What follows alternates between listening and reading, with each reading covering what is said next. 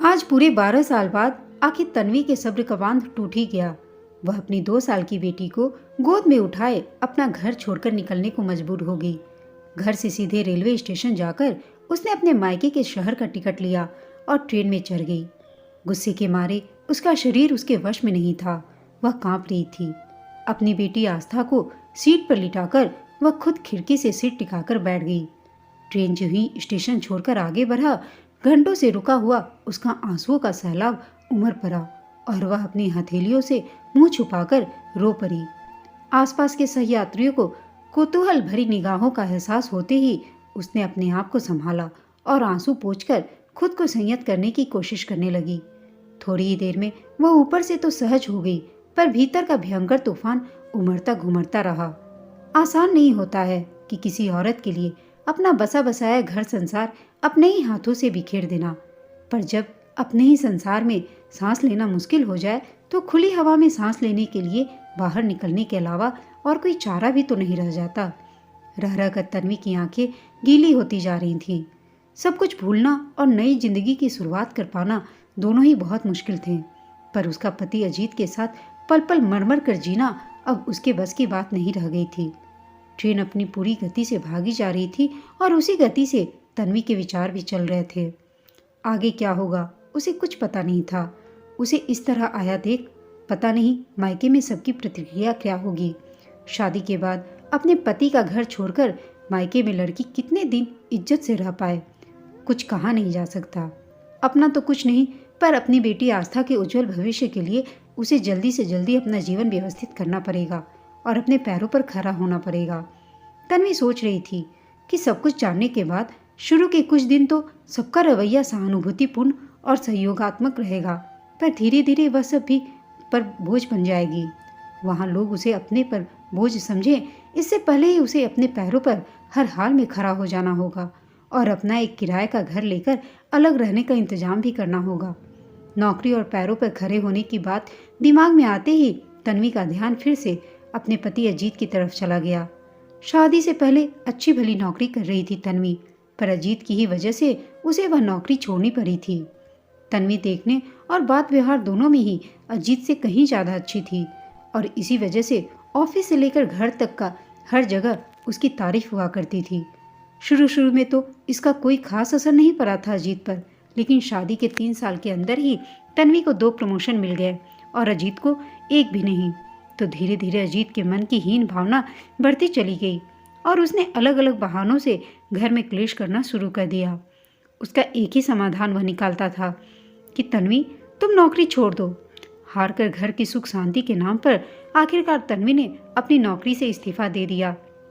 उस समय तो तन्वी को इतना नहीं खला था, पर अब उसे अपनी गलती का एहसास हो रहा है। अजीत की याद आते ही तन्वी फिर से असहज होने लगी। पति द्वारा दी गई मानसिक यंत्रणाएं तन्वी के विचारों को मतने लगी थीं। तन्वी सोचने लगी, मैं और कितना बर्दाश्त कर सकती थी। बर्दाश्त की भी एक सीमा होती है।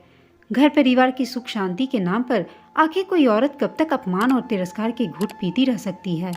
सामने वाला किसी को हर पल यह एहसास दिलाता रहे कि हमारे जीवन में तुम्हारी कोई अहमियत नहीं है, तो क्या साथ रहना आत्मसम्मान को चोट नहीं पहुंचाता है? मानसिक यंत्रणाओं को आखिर कब तक मैं घर की सुख शांति और मान मर्यादा के नाम पर सहती और चुप रहती कि कम से कम मेरी चुप्पी से मेरी गृहस्थी तो बची रहेगी। घर का कलह बाहर वालों के सामने तो नहीं आएगा।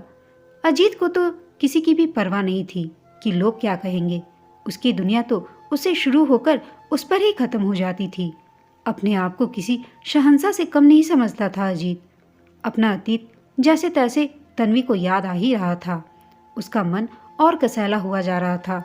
उसे खुद पर आश्चर्य होता जा रहा था कि आखिर इतने सालों तक वह सब कुछ क्यों और कैसे बर्दाश्त करती रही।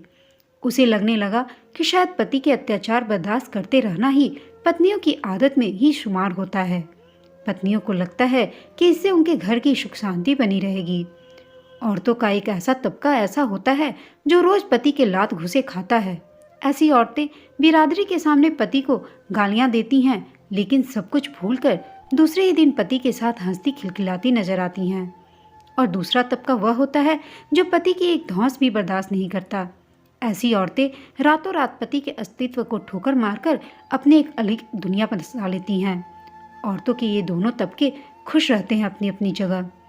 सबसे अधिक मजबूर होती है संतुलित परिवारों की महिलाएं, जो ना तो इतनी सक्षम होती हैं कि रातों रात पति से अलग होकर एक अलग दुनिया बसा ले, और ना ही इतनी आत्मसम्मान विहीन कि पति की जातियों को रात गई बात गई की तर्ज पर भुला सकें। वे तो बस सहती हैं अपने पति की मारों को और चुप रहती हैं, कभी कुछ नहीं बोलती, कभी पड़ोसियों के कानों तक बात ना पहुंचे यह सोचकर, तो कभी बच्चों पर बुरा असर पड़ेगा यह सोचकर। कभी उन्हें यह भय सताता है कि अगर वे पति का घर छोड़कर मायके चली गईं तो उनकी छोटी बहनों के विवाह में दिक्कतें आएंगी।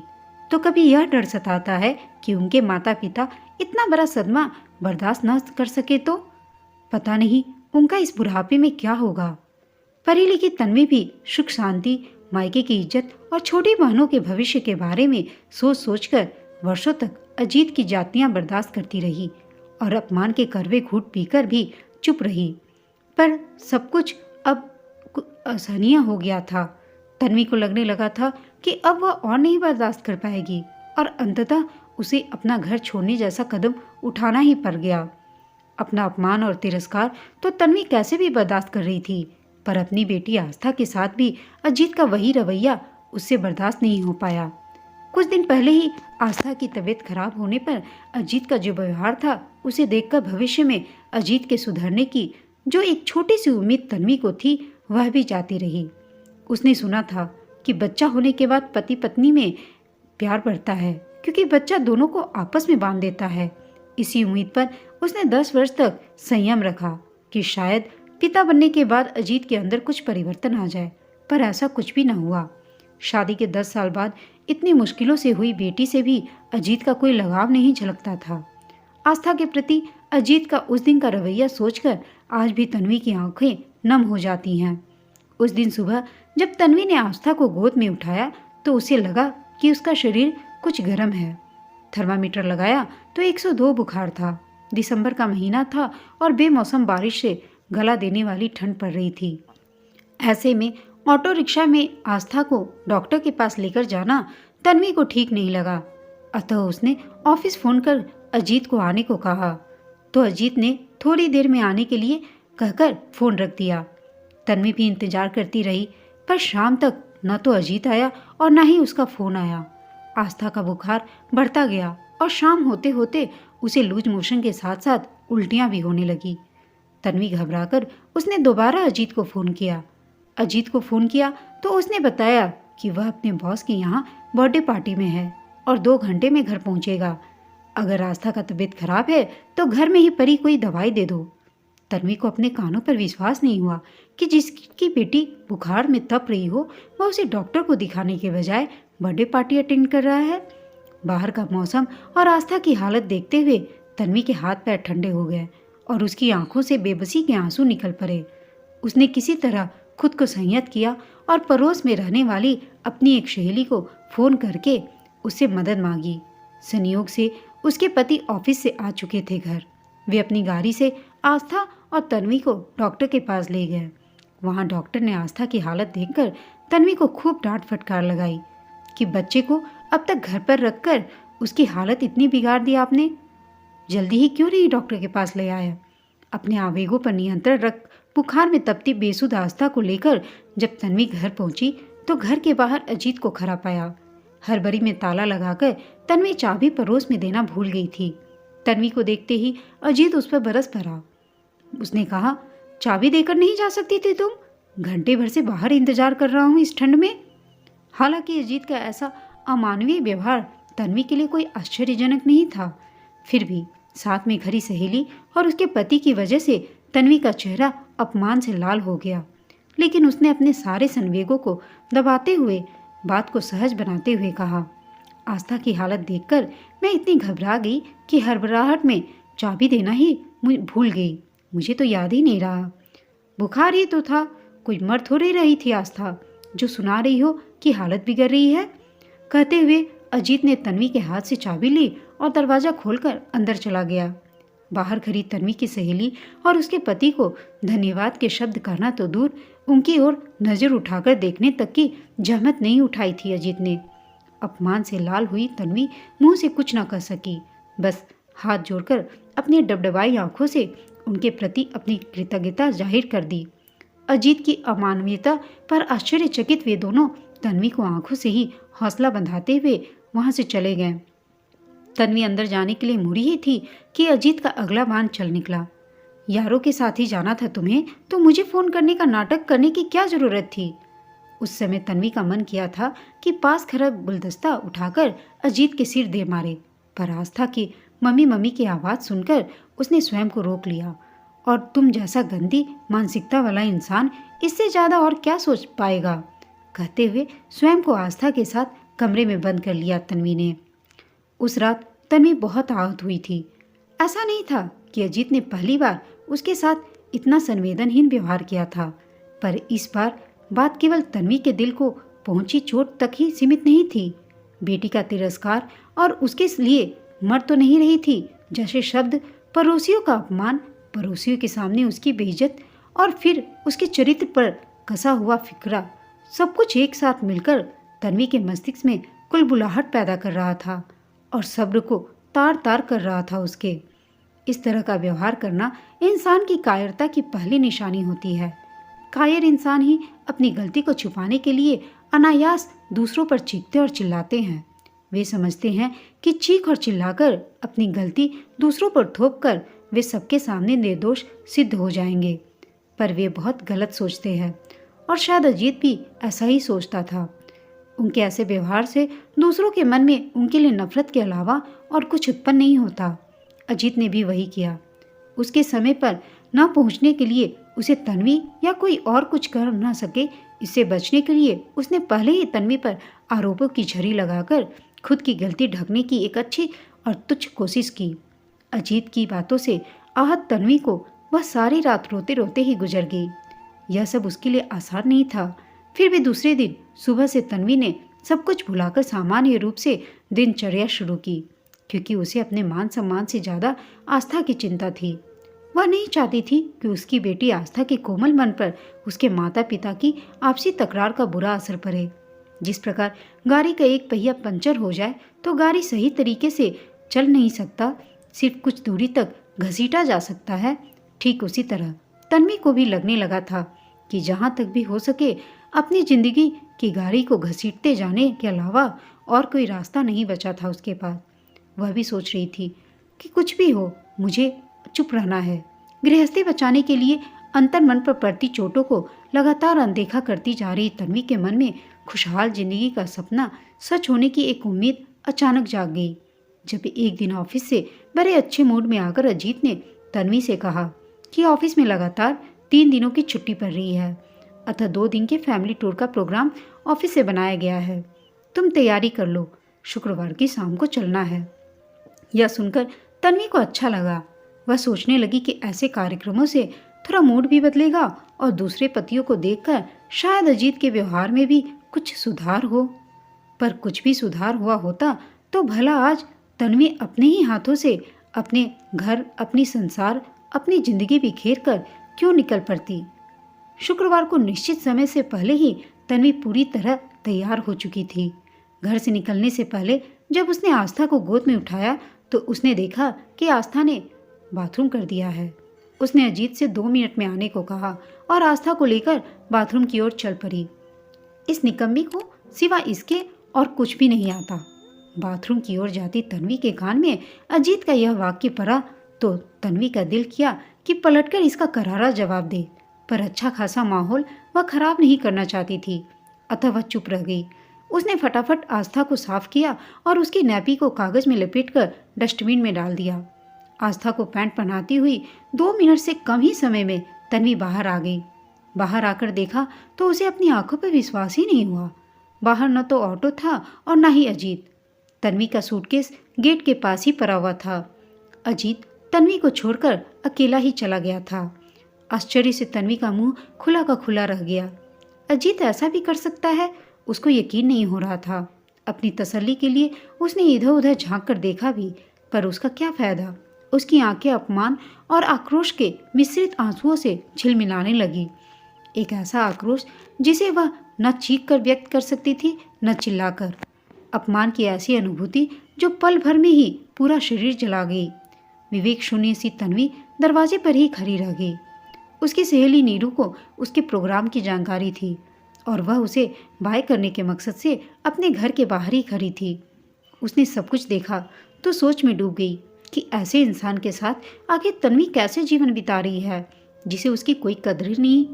तन्वी की दशा वह अच्छी तरह समझ रही थी, अतः उसका मन बहलाने के लिए उसे अपने घर में चाय पीने के लिए उसने बुलाया। उस दिन नीरू के सामने तन्वी अपने आप को रोक न सकी और रो रो कर अपनी सारी पीड़ा बहा दी। उसने कहा, नीरू, मैं यह अच्छी तरह समझ चुकी हूँ कि अजीत एक कायर और कर्तव्य विमुख आदमी है। वह अपनी जिम्मेदारियों से हमेशा मुंह छिपाता रहा है और मैं या कोई और उसे कुछ कहे इससे पहले ही वह मुझ पर आरोप मढ़ देता है और माहौल इतना खराब कर देता है कि मुख्य मुद्दा ही खत्म हो जाए। मैं उसकी इस कमजोरी को समझ चुकी हूँ और उसके आधार पर खुद को ढाल कर जीना मैंने शुरू भी कर दिया था। तो अब उसके अंदर की हीन भावना ने मेरा जीना हराम कर दिया है। मेरा किया कोई भी अच्छा काम या किसी के द्वारा की गई मेरी तारीफ वह बर्दाश्त नहीं कर पाता है और मौके बेमौके जगह जगह पर मुझे अपमानित कर आत्मसंतुष्टि महसूस करता है। वो मेरे बर्दाश्त की सीमा अब खत्म हो रही है। डर लगता है मैं कहीं कुछ कर न बैठूं। मेरी सहन शक्ति को अजीत मेरी कमजोरी मान बैठा है और दिन ब दिन मेरा जीना हराम किए जा रहा है। नीरू ने तन्वी को बड़े प्यार से समझाया कि घर की सुख शांति बनाए रखना और आस्था को बेहतर परवरिश देना दोनों की जिम्मेदारी अब उसकी ही है। घर छोड़ देना या कुछ कर बैठना किसी समस्या का समाधान नहीं होता तन्वी। वह थोड़ा सब्र करे और किसी दिन अच्छा समय देखकर अजीत से बात करे और उसे बताए कि उसे इस तरह के व्यवहार से न केवल उनकी गृहस्थी पर बुरा असर पड़ रहा है बल्कि उनकी बेटी आस्था का कोमल मन भी प्रभावित हो रहा है। घर आकर तन्वी बुरी तरह अपसेट थी। अजीत ने उसके साथ जो किया था उसे सोच सोचकर उसका दिल नफरत से भरता जा रहा था अजीत के प्रति। पर नीरू की कही बात सोचकर उसने एक बार फिर से अजीत से बात करके सब कुछ ठीक करने की एक और कोशिश करने का निश्चय किया। अजीत के वापस आने के कुछ ही दिन बाद उनकी शादी की 12वीं सालगिरह पड़ी। तन्वी ने तय किया कि उस दिन अजीत से बात करके उपहार के बदले उसे उसके व्यवहार में कुछ परिवर्तन लाने का वह वादा लेगी। उस दिन वह रोज की अपेक्षा जल्दी उठी और अजीत और आस्था के जगने से पहले ही घर का सारा काम यह सोचकर निपटा लिया कि आराम से बैठकर अजीत से अपनी समस्याओं पर चर्चा करेगी। उसने चाय बनाई और फिर अजीत को उठाया। वह मन ही मन सोच रही थी कि किन शब्दों से अजीत को शादी की सालगिरह मुबारक कहे। तभी अजीत उससे अखबार मांग बैठा। अखबार तो अभी नहीं आया है अजीत, थोड़ी देर में आ जाएगा। तन्वी के इतना कहते ही अजीत ने चाय का कप दीवार पर दे मारा। कितनी बार कहा है तुम्हें तन्वी कि पेपर वाले को कहो कि पेपर जल्दी डाला करे। पेपर नहीं आया है तो क्या अपना थोबरा दिखाने के लिए सुबह जल्दी उठाकर मुझे बैठा दिया। बधाई देने और अपनी समस्या पर विचार करने के लिए हफ्ता भर सोचे गए उसके सारे शब्द धरे के धरे रह गए। वह पल ही तन्वी के लिए उस घर में अंतिम पल बन गया। पहली बार उसने भी उसके ही शब्दों में अजीत को जवाब दिया और अपने हाथ में पकड़ा चाय का कप भी जमीन पर दे मारा।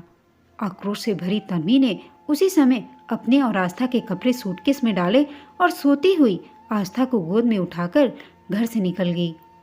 अपने दुखद अतीत को पीछे छोड़कर घर से निकल तो आई तन्वी, लेकिन रह रह कर अपने उठाए गए कदम और भविष्य को लेकर आशंकित होती जा रही थी। पर जब वह पिछले 12 सालों तक पाया तिरस्कार और अपमान याद करती थी तो उसे अपने निर्णय पर कोई पछतावा नहीं होता था। उसने मुझे जो मानसिक यंत्रणाएं दी हैं उसकी सजा क्या मैं उसे दे सकूंगी। शायद पत्नी और बेटी के बिना उसके जीवन में आया खालीपन ही उसके लिए माकूल सजा होगा। अपने पैरों पर खड़े होकर अपना वह आस्था का भविष्य संवार पाने की आशा में ही मुझे अपना सुनहरा भविष्य दिखाई दे रहा है। आस्था के माथे पर हाथ रखकर यह सोचते सोचते तन्वी ने आंखें बंद कर ली और थोड़ी देर के लिए वह भी चैन से सोने लगी।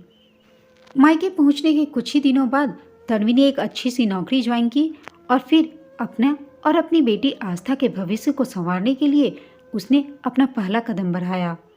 दोस्तों, आपको यह कहानी कैसी लगी कमेंट करके बताइएगा। साथ ही कहानी अच्छी लगी हो तो इसे लाइक, शेयर और चैनल को सब्सक्राइब अवश्य कीजिएगा। कहानी सुनने के लिए आप सबका धन्यवाद।